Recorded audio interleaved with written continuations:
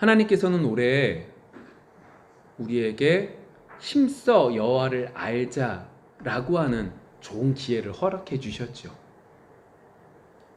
생각을 뒤돌아보시면, 이제 되뇌어 보시면 호세아서 말씀을 통해서 뭘 배웠죠?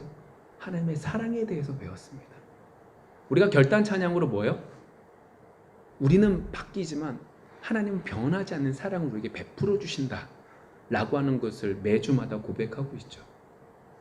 우리가 출애굽기 말씀을 통해서 뭘 배웠죠? 하나님께서 모세를 부르심을 통하여 스스로 계신 하나님, 에고 에이미, 나는 뭐뭐다 라고 하는 것을 통하여 하나님께서 우리에게 말씀하시는 그 말씀들을 통하여 하나님이 우리에게 보여주셨습니다. 그러니까 우리의 생각을 뛰어넘는 그 하나님을 맛보게 됐죠. 특별히 출애굽기 말씀을 통해서는 뭐요? 만군의 여호와, 전쟁을 통해서 승리하시는 그 하나님을 맛볼 수 있게 됩니다. 우리가 지지난주부터 함께 나눴던 것이 요한복음 말씀입니다. 요한복음 말씀을 통하여 예수님께서 자기 증명을 하신 거예요. 에고 에임이 나는 뭐뭐다. 가장 먼저 나눈 것이 생명의 떡이다. 우리는 다 떡을 위해서 살아갑니다. 세상 사람들은 이제 썩어질 그 떡을 위해서 몸부림치고 그 모습 속에서 그 말씀을 통해서 우리에게 다시 한번 되뇌어 주신 것은 뭐예요? 우리가 정말로 영생을 위해서 영생을 얼마나 사모하는가. 우리도 떡을 위해서 살아갔거든요. 근데 우리에게 정말로 필요한 건 영생을 위한 떡이 우리에게 정말로 필요한가? 그 말씀이 필요한가? 라고 하는 질문을 던졌죠. 지난주는요, 세상의 빛이라는 거예요. 빛이 비침에 우리 속에 어둠이 보인다. 이게 정말로 중요했어요. 왜요? 우리가 1월달부터, 지난 12월달부터 계속해서 말씀을 나누면서 하나님에 대해서, 여호와 하나님에 대해서 계속 알면 알수록 우리가 깨달은 게 뭐예요? 하나님은 우리에게 이런 하나님을 보여주고 싶으신데 우리는 하나님이 보여주시고자 하는 하나님을 아는 게 아니라 우리의 생각, 우리의 가치관을 가지고 우리가 만든다고요, 하나님을. 그래서 전혀 다른 방향으로 하나님을 바라보게 됐다고요. 그러한 부분들 속에서 예수님께서는 빛을 비춰주시는 거예요. 우리 속에 더러운 것들, 심지어 이스라엘 백성들이 말씀을 가지고 잘못 판단하는 그 하나님에 대해서, 잘못 판단하는 그 모든 것들에 대해서 바른 길로 보여주시는 거죠. 그 부분들에 대해서 우리가 살펴봤어요. 우리가 지금까지 배워오는 여호와 하나님에 대해서 알아가는 그 모든 것들 속에 어떻게 해요? 정말로 하나님이 비춰지면 비춰, 하나님에 대해서 알려주시면 알려줄수록 우리의 죄악의 모습들이 드러나는구나. 이게 잘못된 게 아니라 정말로 바른 거구나. 하나님이 우리에게 원하시는 거구나. 라고 하는 것을 이제 배울 수 있었던 시간들이 지난주 말씀이었죠. 오늘 이제 예수님께서 자기 증명하시는 세 번째 시간인데 오늘 말씀이 뭐냐? 양의 문이다 라고 하는 거예요. 이 말씀은 단순히 이 말씀만 떼서 보는 게 아니라 지난주 말씀, 빛이 비침에 우리 속에 더러움이 보여진다 라고 하는 말씀과 연결되어집니다. 그리고 그것 속에서 한 걸음 더 나아갈 수 있는 오늘의 귀한 시간이 되어지기를 원합니다. 우리가 지금까지 예수님께서 하신 말씀들이 나는 생명의 떡이다, 나는 세상의 빛이야 라고 말씀하신 거는 그나마 그렇지 라고 이제 이해가 됩니다. 근데 오늘 말씀이 뭐냐? 양의 문이다 라고 하는 겁니다. 좀 이해가 되지 않습니다. 빛이나 떡이다 이런 것들은 그래도 이해가 되는데 왜 이렇게 굳이 양의 문이다 라고 하는 말씀으로 하셨을까 라는 궁금증이 들 겁니다. 이걸 알기 위해서는 우리가 그 시대의 환경적인 부분들을 좀 살펴보실 필요가 있습니다. 그 시대 사람들 속에서 어떤 가치관들이 있었냐면 하늘을 들어가기 위해선 문이 있다라고 생각을 한 거예요. 그러니까 그 문을 들어가야지만 그 하늘로 올라갈 수 있다라고 느낀 거죠. 그러한 부분들 속에서 예수님께서는 지금 문이다라고 하는 표현을 하시는 거예요. 첫 번째는 그런데 그러한 것들 속에 예수님께서 두 번째로 그 의미 속에 들어가 있는 것이 있는데 양의 문인데 그게 뭐냐라고 하면 이 시대에 우리가 두 종류가 있었답니다. 그러니까 책들마다 조금씩 달라요. 제가 이제 준비를 하면서 보니까 조금씩 다르게 설명하는데 이제 이것들을 좀 정리해 보면 이런 것 같아요. 이스라엘 시대에 문이 이제 양의 우리가 두 종류가 있었대요. 마을 그 가까이에서 이제 마을 사람들이 공동체적으로 대부분 사람들이 양을 키우니까 이제 많은 수의 양을 키우면 따로 우리를 만들면 되는데 그런 게 아니라 뭐 10마리 정도 되니까 그 양들을 위해서 모든 사람들이 우리를 만드는 거 좀 힘드니까 공동의 우리가 있었답니다.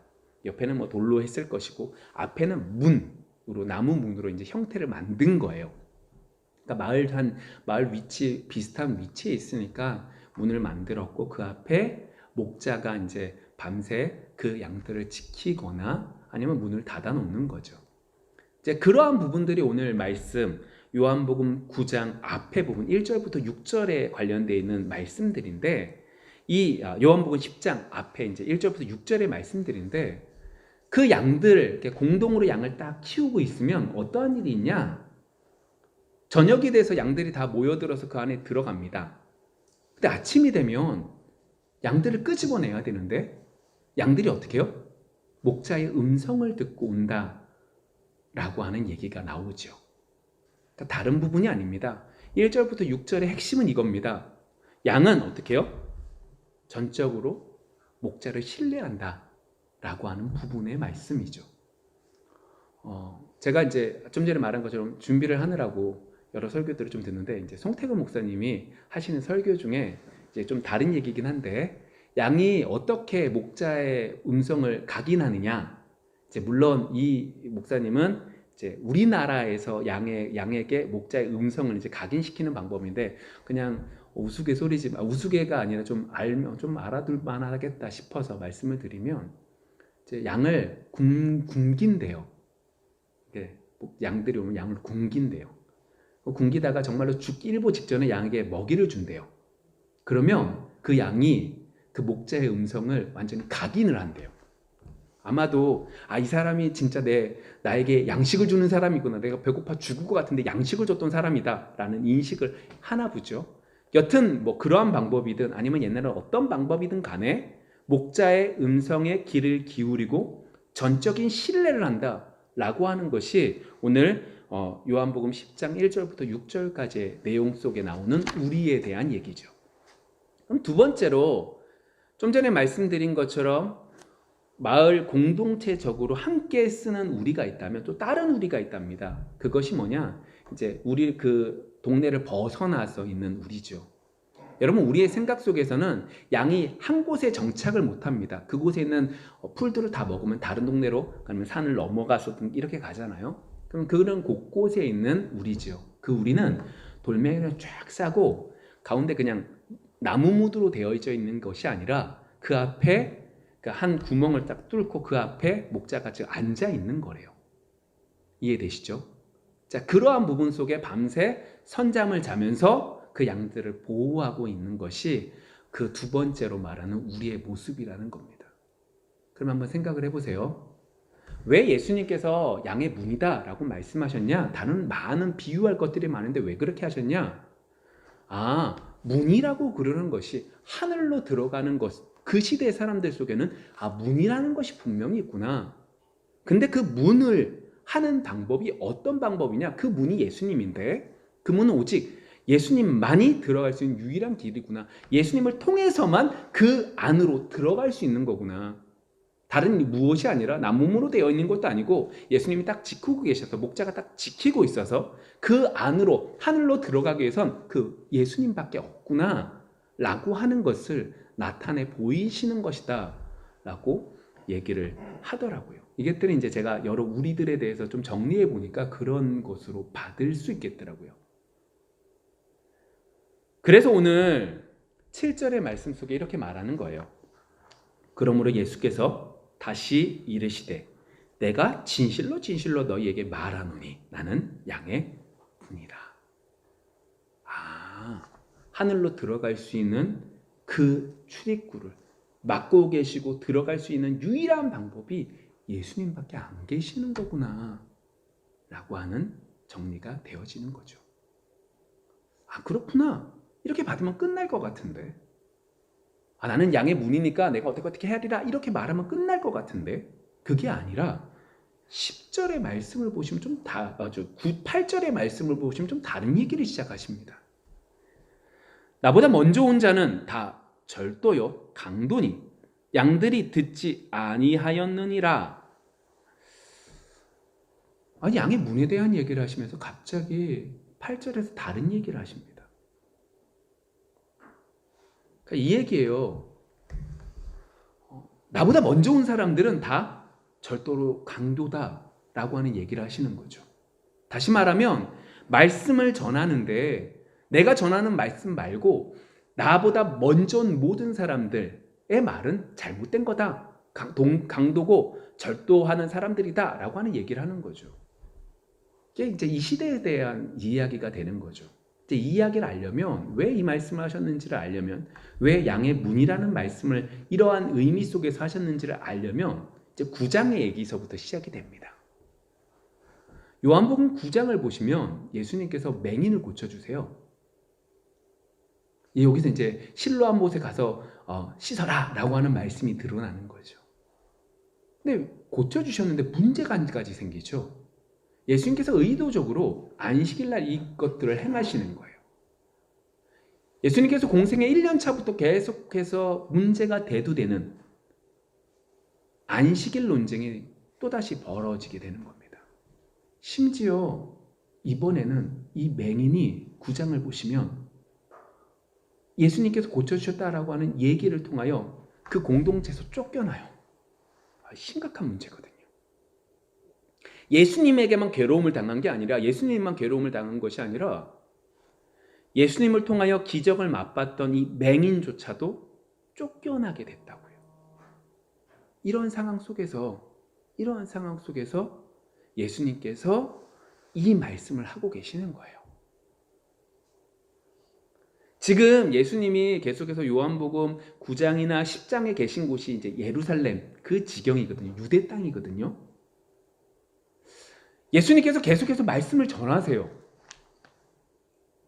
이 유대 땅에서 말씀을 계속해서 전하시는데 유대 사람들이 듣질 않아요. 왜 듣지 않느냐라고 뒤돌아보니까 그 지경에 이 유대 땅에서 다스리고 있는 사람들이, 말씀을 전하고 있는 사람들이 바리새인들이고 진리의 지도자라고 말하는 이 사람들의 얘기가 가득 차서 예수님의 말씀이 들리지 않는 거예요. 그나마 예수님의 말씀이 들렸던 지역은 이 유대 땅이 아니라 그 위쪽에 있었던, 사마리아 위쪽에 있었던 갈릴리 지방, 이 지방에서나 예수님에 대한 말씀이 들렸지, 이 예루살렘 지경, 이 유대 땅에서 말씀을 전하는데 전혀 듣질 않아요. 여러분, 예수님이 능력이 없으셔서 그랬어요? 아니요. 이미 9장에서부터 계속해서 능력이 나타났다니까요. 기적을 일으켰어요. 표적을 일으켰어요. 이사야서에서 말씀에서 전해진 것처럼 정말로 메시아로서의 모습들을 충분히 나타내 보이셨어요. 그런데 그 예수님의 말씀에 귀를 기울이지 않아요. 그래서 예수님께서 이 말씀을 하시는 거예요. 나는 양의 문이다. 하늘나라에 들어가는 그 길은 문 하나인데 그곳을 지키고 있는 게 나다. 나로만 들어갈 수 있다. 나 말고 다른 사람들이 하는 건 잘못된 거다. 그 사람들은 강도고 도둑이다. 그 사람들의 말을 쫓아서 가면 너희들도 못 간다 라고 하는 말씀을 선포하고 계시는 거죠. 지난주 말씀과 연결하셔야 돼요. 생명의 빛이다. 어떻게 해요? 그 빛이 비춰지니까 내 마음속에 더러운 것들이 보여지는 거죠. 오늘 그 말씀이 그렇게 여실하게 드러나고 있는 거예요. 여러분, 이렇게 말하고 있지만 정말로 오늘 성경 속에서 말하고 있는 이 예루살렘에서 진리를 가르치고 있었던 이 선생님들이 잘못된 겁니까? 아니에요. 그들이 진짜 도둑이에요? 진짜 강도고 진짜 절도하고 정말 도둑이에요? 아니에요. 그 사람들은 열심을 다해서 하나님을 섬겼던 사람들이에요. 그 사람들은 열심을 다해서 하나님 말씀을 전했던 사람들이에요. 그들은 열심을 다해서 전통을 지켰던 사람들이에요. 근데 그럼에도 불구하고 예수님의 평가는 그 사람들은 도둑이고 그 사람들은 절도하는 사람들이고 그것은 강도라는 거예요. 유일하게 가는 길은 나밖에 없다라고 하는 증명을 하시는 거죠. 왜요? 그 사람들은 자신이 구원할 수 있는 능력도 없으면서 그 사람들 어떻게 해요? 끌고 간다는 거예요. 다 같이 구덩이에 빠져서 죽게 만든다는 거죠. 무슨 말이에요? 이 사람들이 원했던 건 이 사람들이 구원, 그 하늘에 들어가는 그 문은 뭐밖에 없다라고 여겼냐면 율법밖에 없다라고 느낀 거예요. 여긴 거예요. 그래서 율법을 모르는 이방인들은 저주받은 사람들이고 율법을 제대로 지키지 않는 유대인들도 천국에 못 간다고 여겼던 사람들이 이 사람들이에요. 근데 이 사람들 앞에 예수님이 뜩 나타나서 뭐라고 그러세요? 하나님 말씀을 제대로 전하기 시작하고 은혜라는 걸 전하기 시작하고 하나님밖에 없다고 얘기하고 여러 가지들을 얘기하니 이 사람들의 입장에서는 어떻게 해요? 예수님이 싫은 거죠. 아니, 싫은 정도가 아니에요. 이제는 이단이라고 정죄하는 것이고 예수님을 쫓는 사람들조차도 징계를 가해서 더 이상 예수님을 믿는 사람들을 만들고 싶지 않은 거예요.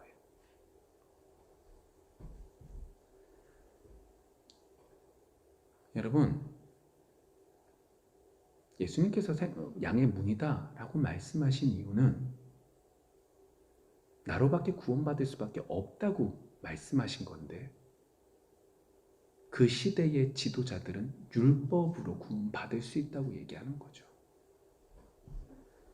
예수님께서 말씀하신 건 아니 성경 속에서 말하고 있는 건 율법? 율법을 통해서 죄를 더하게 하기 위한 거다. 이 율법이라는 걸 통해서 너희들이 죄인이라는 것을 깨닫게 하기 위한 거다 라고 말하고 있는데 이 시대의 지도자들은 이 시대의 리더들은 그렇게 여기지 않은 거예요. 죄를 더해서 내가 죄인이다 라고 하는 것을 알게 하기 위한 게 알게 하기 위해서 주신 것이 아니라 이 율법이 나에게 주어졌다는 것은 내가 구원받은 백성이다 라고 하는 것으로 착각하고 있었던 거죠. 여러분 보세요. 아브라함이 있어요. 아브라함이 어떻게 구원받은 의인이 된 거죠? 하나님의 은혜 때문입니다. 전적인 하나님의 은혜 때문이죠. 왜요? 율법이라는 것이 주어지기 한 400여 년보다 훨씬 전에 아브라함이 있었거든요. 율법이 아브라함의 후세대 가운데 모세를 통해 시내산에서 받았기 때문에 그 이후부터 율법이 존재했기 때문에 그 이전에 있었던 아브라함은 전혀 그것으로 구원받은 게 아니라는 거예요. 아브라함이 구원받은 것은 전적인 은혜 때문이었는데 그것을 도리어 이 유대인들 선생님들이 볼 때는 저 율법을 통해서 하나님께서 구원받은 백성에게 은혜를 주신 겁니다 라고 말한 그 의미를 바라본 것이 아니라 손가락 끝을 바라봐서 전혀 다른 이야기로 나아가게 된 거죠. 그 말씀이 로마서 말씀이 나와요. 로마서 3장 19절과 20절이에요. 우리가 알거니와 무릇 율법이 말하는 바는 율법 아래 있는 자들에게 말하는 것이니 이는 모든 입을 막고 온 세상으로 하나님의 심판 아래에 있게 하려 함이라. 그러므로 율법의 행위로 그의 앞에 의롭다 하심을 얻을 육체가 없나니 율법으로는 죄를 깨달음이니라. 로마서 말씀 속에서 뭐라고 말해요? 모든 입을 막고 하나님의 심판 아래에 있게 하는 거다. 행위로 구원받을 사람이 없다. 그래서 하나님께서 주신 게 뭐예요? 양의 문이에요. 예수님으로 구원받게 해주시겠다고. 그 말씀을 하고 계시는 거죠. 이미 죽은 우리가 시체인데, 우리가 열심히 돌아다니면서 우리가 선한 일을 하겠다고 돌아다니면 우리에게, 시체인 우리에게서 나는 냄새만 더 퍼지는 거죠. 차라리 가만히 있으면 여기만 냄새 날 텐데, 우리가 뭘 하겠다고 열심히 돌아다니니까 온 전신만식 냄새가 앙동하게 만드는 것이 우리의 모습이고, 이것이 오늘 성경 본문으로 말하면 이 바리새인들의 모습이었던 거죠. 여러분, 그런데 사람이 얼마나 간사하냐면 그러한 모습들 속에서 오늘 이제 구체적인 예를 좀 들어보는데, 얼마나 사람이 이 율법이라는 것을 간사하게 악신하게 바꾸냐면, 예시를 들어보면 마태복음 19장을 보시면 무슨 얘기가 나오냐면 이혼 증서에 대한 얘기가 나와요. 바리새인들이 찾아오거든요. 예수님, 여인과 헤어지는 부분에 있어서 어떻게 여기십니까? 라고 묻죠. 그 묻는 이유는 뭐 때문이에요? 알고 싶은 게 아니에요. 이제 예수님을 고소할 것들을 찾기 위한 거죠. 예수님이 뭐라고 말씀하시냐? 하나님이 짝지어 주셨다. 그게 아담과 하와고 그러한 부분들이 이혼하는 것은 옳지 않다. 하나님이 짝지어 준 것을 나누는 것은 옳지 않다라고 하는 말씀이 오늘 그 마태복음 19장에 나오는 말씀이죠. 그 얘기를 딱 들으니까 이 바리새인들이 뭐라고 바로 이제 받아칠까요? 그런데 왜 모세는 이혼 증서를 써서 내주라고 말합니까? 딱 걸렸다는 거죠. 이러지도 못하고 저러지도 못해 진퇴양난을 딱 만들어 버리는 거예요. 그랬더니 예수님께서 뭐라고 그러시냐? 야, 그 이유는 너희들이 뭐하기 때문이다? 가증하고 완악하기 때문이야. 너희 마음이 완악하기 때문에 그렇게 한 거야. 이혼 증서를 써서 나뉘게 한 거는 그 여인을 위한 거야.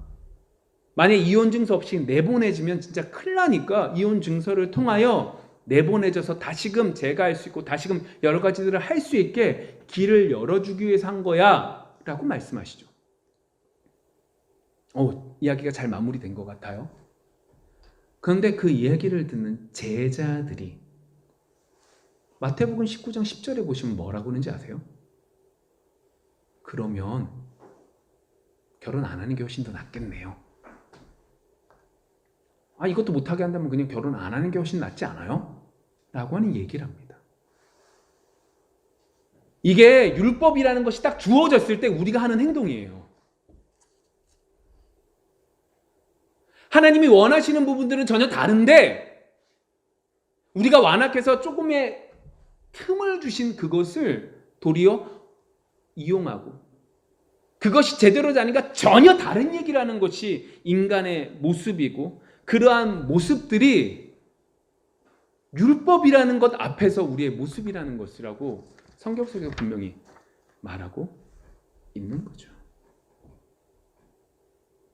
여러분, 지난주 말씀과 연결하셔야 돼요. 예수님이 오셔서 나는 세상의 빛이야. 너희들 여호와 하나님에 대해서 제대로 모르지? 이건 이런 의미가 아니란다. 이거야! 라고 하는 것을 분명히 말씀하시죠. 근데 그것도 예수님 오시기 전에 자기 멋대로 이용해서 자기 멋대로 생활하는데, 예수님이 오셔서 그 말씀을 들었음에도 불구하고 그 바른 진리가 뭔지 깨달아서 들어서 내 마음속에 있는 더러움을 분명히 밝혀 주셨음에도 불구하고 어떻게 되는 거예요? 또다시 전혀 다른 얘기를 하는 게 우리라고요.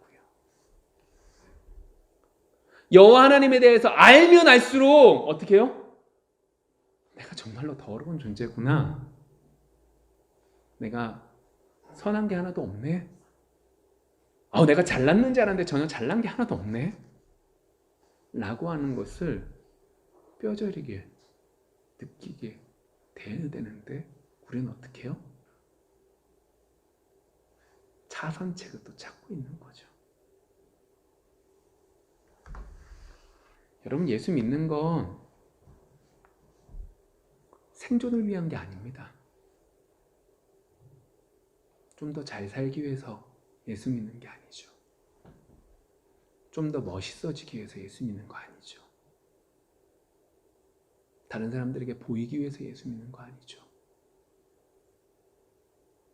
예수를 믿는다는 건 생명을 얻기 위해서 믿는 겁니다. 내가 스스로 생명을 쟁취할 수 없는 존재이기 때문에 우리는 생명을 얻는 거죠. 이미 성경 속에서는요, 인간은 철저히 썩었대요. 인간은 철저히 안 된대요. 내가 예수님 오래 믿었다고요? 아니요. 여전히 똑같아요. 여전히 똑같이 사람에게 보이고 싶고, 여전히 똑같이 내 욕심을 위해서 사는 게 우리라고요.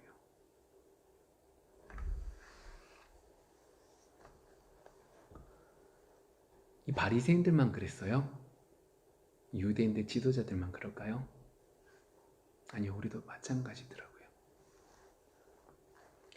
생명을 얻기 위해서 살아가고 예수를 믿는 게 아니라 생존하기 위해서 예수를 믿고 있죠. 예수님이라고 말은 거창하게 하면서 내가 원하는 것이 이루어지지 않을 때 실망하고 불평하죠. 교회가 주님의 핏값으로 사신 귀한 공동체고 귀한 거잖아요. 근데 우리는 이 건물을 생각하고 그 속에서 모든 것들을 판단하죠. 아니, 교회만 그래요?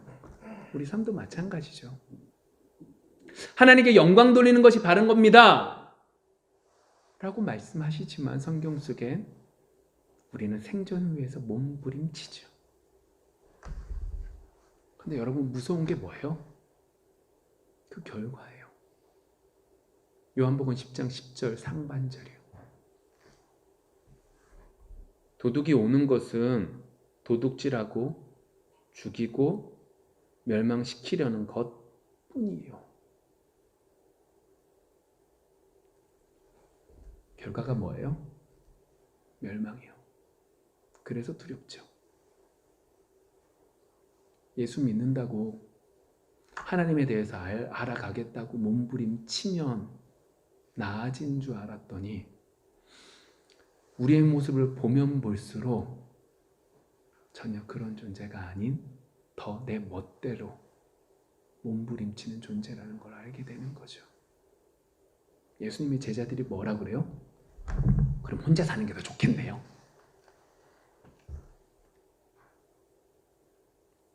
그렇게 답답한 게 우리라고요. 그렇게 바뀌지 않는 게 우리라고요. 양의 문이라고 말씀하신 예수님 앞에서 그 부분들을 마음에 새길 수 있는 우리 모두가 되어지길 원합니다. 그런데 오늘 말씀 속에서는 그러한 한 부분이 아니라 다른 부분도 좀 더 말씀하세요. 그게 뭐냐? 양의 문이다 라고 말씀하시는 건 단순히 나로만 구원받는다에서 끝나는 것이 아니라 양된 우리에게 경고하고 계시거든요. 이게 무슨 경고냐? 우리가 들어갈 수 있는 것이 어디밖에 없는 거예요. 예수님이 앉아 계시는 그 문밖에 없다는 거예요. 여러분 생각해 보세요. 돌멩이들이 있어요. 가끔가다 강아지들 보면 이렇게 막아놓으면 거기에 폴짝 뛰어서 넘어가잖아요. 고양이들 같은 데 보면. 아마 이런 돌멩이들이 있으면 어떻게 좀 더 낮은 부분 구멍 같은 게 있으면 거기에 쏙 빠지거나 아니면 펄쩍 뛰거나 뭐 여러 가지를 통해서 다른 길로 가려고 하는 게 동물이고 우리잖아요. 예수님이 지금 말씀하시는 이 부분 속에 한 가지 더 내포되어져 있는 것은 예수님이 말씀하시는 그 문 외에 예수님 밖에 다른 길은 있다 없다? 없다라고 말씀하고 계시는 거예요. 다른 길로 가면 다른 구멍으로 가서 빠져서 들어가는 길들이 있는 것 같아요? 없는 것 같아요? 교회 안에서도 있어요. 그렇죠? 그러한 길로 가면 오늘 말씀 속에는 뭐라고 경고하시는 거예요? B 안 된다, 끝이다, 멸망이다, 끝난다 라고 말씀하시는 거죠. 그러한 부분 속에서 예수님께서 지금 경고하고 계시는 거예요. 다시 말해볼까요? 양의 행동하는 그 행동 범위를 어디 안에서 맞추는 거예요? 그 양의 문, 그쪽으로 맞추라는 거예요. 다른 길 없대요. 아, 여기 막혔어요. 주님, 다른 길로 좀 갈게요. 여기 좀 낮으니까 좀 넘어갈게요. 그럼 제가 좀 더 빨리 갈 수 있잖아요. 아니요, 안 된대요. 이 길밖에 없대요. 다른 말로 말하면 이 얘기예요. 그러니까 주님 앞에서 코람데오라고 하는 말씀이 있죠. 이 말씀은 다른 말로 말하면 이 얘기예요. 그러니까 다른 게 아니라 하나님 앞에서라는 거는 하나님 말씀 앞에서라는 소리거든요. 동일하게 우리에게 문밖에 없습니다. 우리에게 양의 문밖에 없습니다. 라고 말씀하는 것은 우리가 누구 앞에서 제약받으라는 거예요? 예수님 앞에서만 제약받으라는 거예요. 여러분 성경 속에서 보시면 예수님께서 우리의 마음속에 두 가지 마음이 있대요. 그렇죠? 인간의 마음, 우리의 욕심이 있죠. 또 한 가지는 주님께서 원하시는 성령의 마음, 이 두 가지가 있대요. 이것들이 맨날 싸운대요. 대부분의 때는 우리의 마음이 이기죠. 그런데 오늘 성경 속에서 뭐라고 말하냐? 야, 너희들 멋대로 움직이지 말래요. 예수님께서 원하시는 그것으로만 가래요. 이 말은 첫 번째 말과 연결하셔야 돼요. 첫 번째 하는 말이 뭐냐면 이스라엘 백성들이 선생들이 율법이라는 것을 통해서 이 길이 율법만이 우리가 구원받을 수 있는 길입니다 라고 말한 것이 예수님께서 잘못됐다는 말씀을 하고 계시는 거거든요. 은혜로 구원받는다라고 하는 말씀을 하고 계신단 말이에요. 그럼 이 말은 지금 우리에게 말씀하시는 거 율법이 이게 아니라 행위예요. 행위. 다시 말하면 우리가 행위로 구원받을 수 있다. 우리가 교회 활동 열심히 하면 우리가 하나님께 열심히 기도하면 구원받는다가 아니라는 말씀을 하고 계시는 거거든요. 그럼 이 얘기예요. 두 번째 제약받는다는 얘기는 여기서 연결되면 이렇게 되는 거죠. 내가 생각하는 내 기질적인 내가 생각하는 내가 목표하는 그것을 이루는 것이 하나님이 기뻐하시는 것과 무조건 연결되는 게 아니라는 거죠. 하나님 우리 교회가 이만큼 목적이 있습니다. 하나님 제가 인생을 살아가면서 내가 이만큼 하나님께 드리겠습니다. 내가 이것을 채우면 하나님께서 인정해 주실 만큼 된 거고 내가 이 목표를 이루지 못하면 나는 못한 존재입니다. 이게 아니라요. 하나님이 원하시는 대로 끌려가는 것이 하나님이 원하시는 대로 순종하는 것이 뭐 하는 거예요? 바른 거라는 거죠. 주님이 원하시는 게 뭐예요? 그거고 그렇게 하는 것이 예수님이 말씀하시는 그 통로를 지나가는 거다라고 말씀하시는 거예요. 사람에게 있어서 우리에게 있어서 가장 무서운 게 예수님을 믿는 것 속에 가장 무서운 게 뭐냐면 우리라고 하는 우상입니다. 요즘에 이제 새벽에 사무엘 상의 말씀을 나누잖아요. 근데 그 말씀 속에서 이스라엘 백성들이 사무엘에게 왕을 요구합니다. 그리고 하나님께서 사무엘이 싫었지만 하나님께서 이스라엘 백성들에게 왕을 허락하시죠. 허용하시죠. 근데 그 허용한 것 속에 사울왕이 선택되어지는데 그 사울왕이 선택되는 것에 있어서 모든 사람들이 기뻐하지 않습니다. 키가 한자나 큽니다. 외모가 출중합니다. 뭐 괜찮다. 저 정도면 충분해 라고 말하는 사람들이 있었지만 그렇지 않은 사람들이 존재했다라고 성경에서 기록되어지죠. 그 사람들의 생각 속에서는 이겁니다. 어디 저런 좀 별 볼 일 없는 저 베냐민 지파에서 무슨 왕이 나와. 있으려면 우리 에브라임 지파 정도, 있으려면 우리 유다 지파 정도, 좀 큰 지파에서 나와야지. 어디 저런 지파에서. 다른 말로 말해볼까요? 왕을 구했는데 그 왕을 구하는 것 속에 뭐가 나타나는 거예요? 욕심이요. 각자의 욕심이 나타난 것이 투영된 게 왕이었어요. 그게 인간의 모습이었죠. 여러분, 그게 사람이에요. 주님께서 원하시는 것은 그것이 아니에요. 잘못되는 것 같지만, 부정한 것 같지만 내가 원하는 대로 가라는 거예요. 그리고 그러한 사람들에게 어떻게 될지에 대한 얘기를 하시죠. 그게 9절 말씀이에요. 내가 문이니 누구든지 나로 말미암아 들어가면 구원을 받고 또한 들어가면 나오며 꼴을 얻으리라. 여기서 구원을 받고라고 하는 의미가 이 의미랍니다. 양의 생명이 보존되는 것. 그러니까 구원을 받았다 이 의미가 아니라 이제 생명이 보존되는 거예요. 어디 앞에서요? 악한 것들, 강도나 절도하는 그 사람들 앞에서 생명이 보존되는 것이 어디로 다니는 거? 내 길로만 왔다 갔다 다니는 것이 구원받는 것이다. 그 사람들은 꼴을 얻게 될 것이다 라고 이야기하고 있는 거죠. 무슨 얘기예요? 그 길밖에 없다고요. 그리고 그 길 속에서 하나님 풍성한 은혜를 내려 주시는 거라고요. 그리고 그 속에서 마지막 10절 하반절에서 이렇게 말하죠. 내가 온 것은 양으로 생명을 얻게 하고 더 풍성히 얻게 하려는 것이라. 우리는 생각합니다. 예수님이 원하시는 대로 하는 것이 정말로 힘들다는 걸. 많은 방법들이 아니라 하나님이 원하시는 대로 가는 것이 더 힘들다는 걸 알고 있기에 그렇게 되면 망한다는 거죠. 사업을 할 때, 무엇인가를 할 때 하나님이 원하시는 대로 하는 것이 너무 힘들고 그대로 하면 망한다는 걸 압니다. 그런데 하나님께서 이렇게 말씀하시죠. 주님께서 이렇게 말씀하십니다. 야, 너희들 기지를 버리고 내가 원하는 대로 끌려가면 너희들 뭐 된다? 내가 너희들을 지켜줄 거야. 구원받게 하고 지켜줄 건데 그 지켜주는 것 속에 어떻게 해요? 더 풍성하게 얻게 해줄 거야. 여러분 마지막으로 좀 얘기해 볼까요? 어떻게 하면 풍성해집니까? 예수님 쫓아가면요? 다른 말 해볼까요? 성령이 우리와 함께 계실 때 결국 주님은 우리를 풍성하게 해주시는 줄 믿습니다. 예수님께서는 지금 양의 문이다라고 말씀하셨고 내가 너희들을 풍성하게 만들어줄 거야. 나로 내가 원하는 대로만 쫓아가면 풍성해질 거야 라고 말하는 것 속에 성령의 인도까지, 성령의 역사까지 주님은 그 속에 포함하고 계시는 거죠.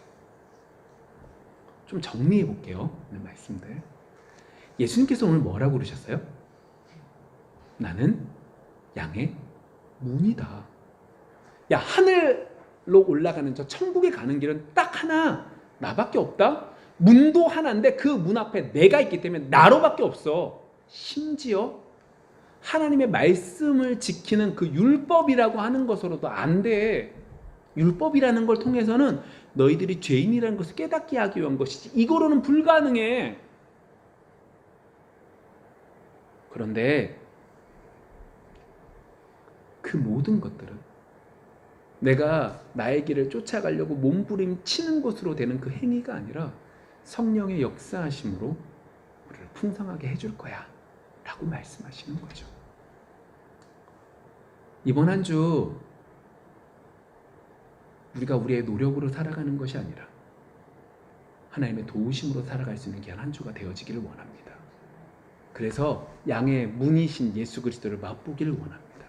더 정확하게 해볼까요? 성령의 충만한 역사가 이번 한 주 동안 우리 모두에게 있기를 소망합니다. 기도하겠습니다.